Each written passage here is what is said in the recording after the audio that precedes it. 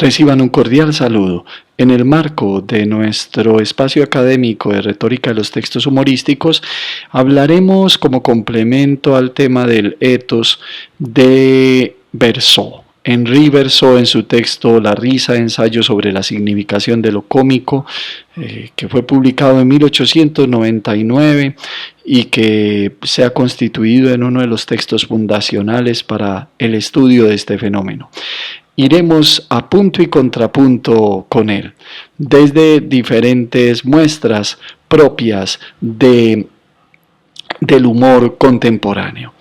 Miremos en primer lugar el mundo de la caricatura, en sus múltiples posibilidades.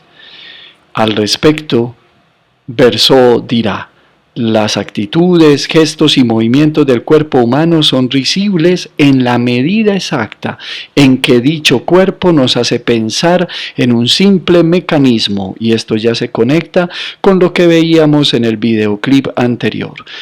La capacidad de hacernos ver al hombre como un muñeco articulado. Tesis fundamental que hace pensar que nos reímos de un ser humano cuando nos hace recordar una cosa.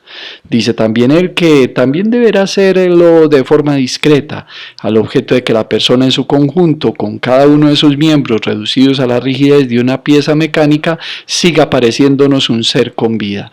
Esa simbiosis entre vida y artilugio, entre vida y mecanismo, entre persona y cosa, resulta fundamental en el ámbito de la caricatura.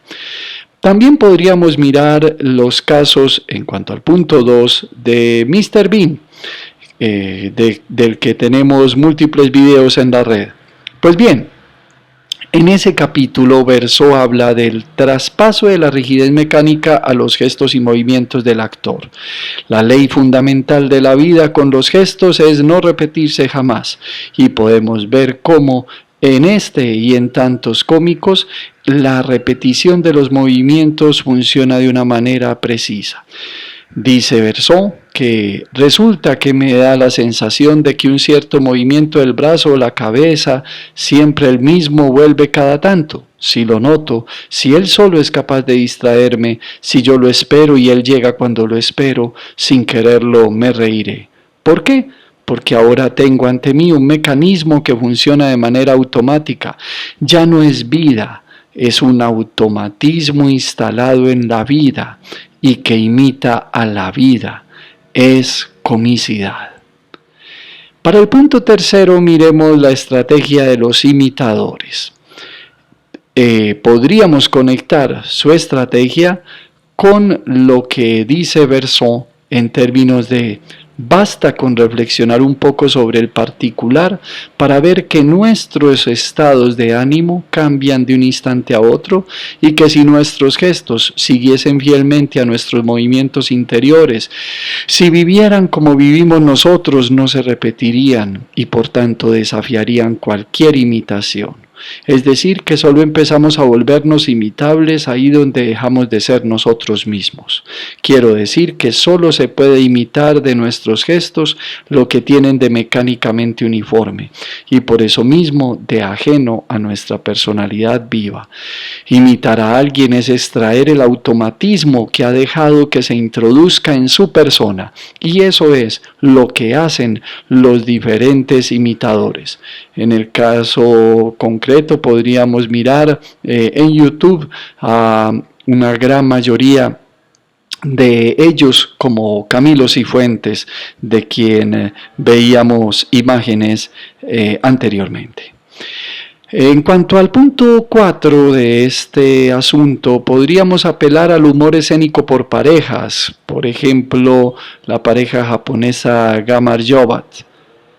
Al respecto dirá Verso que dos rostros muy semejantes, ninguno de los cuales hace reír en especial, hacen reír juntos por su semejanza.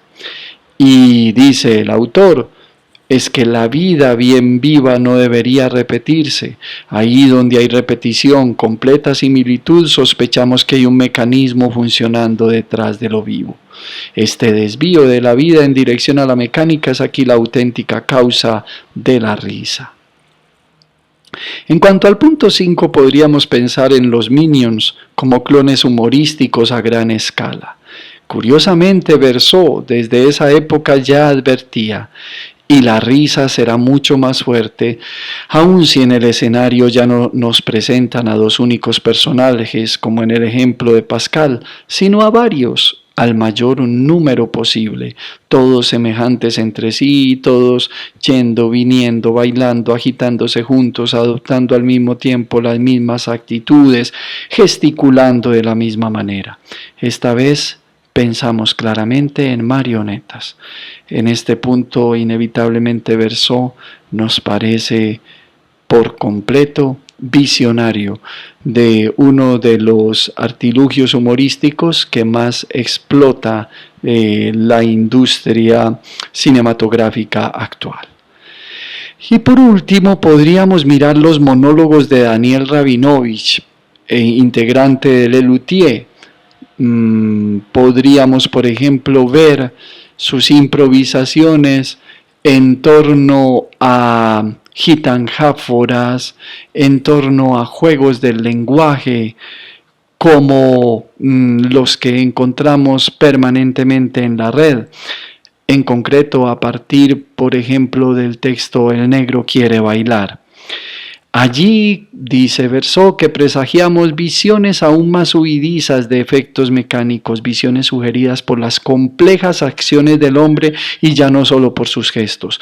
Los juegos que con el lenguaje hace Daniel Rabinovich nos hacen pensar que ese mecánico, esa parte mecánica que se ve, se advierte en los movimientos que hemos analizado anteriormente, se proyecta también al lenguaje, a la torpeza con la que se pueden hilar gitanjáforas, paronimias, calambures, etcétera, y que forman parte del etos humorístico. Salta a la vista entonces cómo 120 años antes de que analizáramos y de que tuviéramos contacto directo con estos fenómenos, ya Verso había encontrado su causa, aquello que está ligado al hecho de que nos reímos de una persona o de una situación cuando nos parece una cosa. Muchas gracias.